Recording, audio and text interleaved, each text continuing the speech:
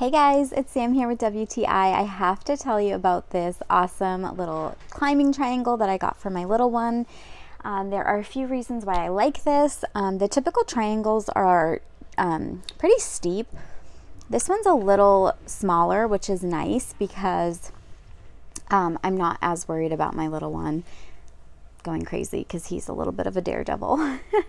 I like that it comes with this ramp. As you can see here, we've set it up as like a bridge and he loves climbing across it. It's sturdy because it has little like hooks to hook onto here so that it's not going anywhere. I feel comfortable with him walking across it.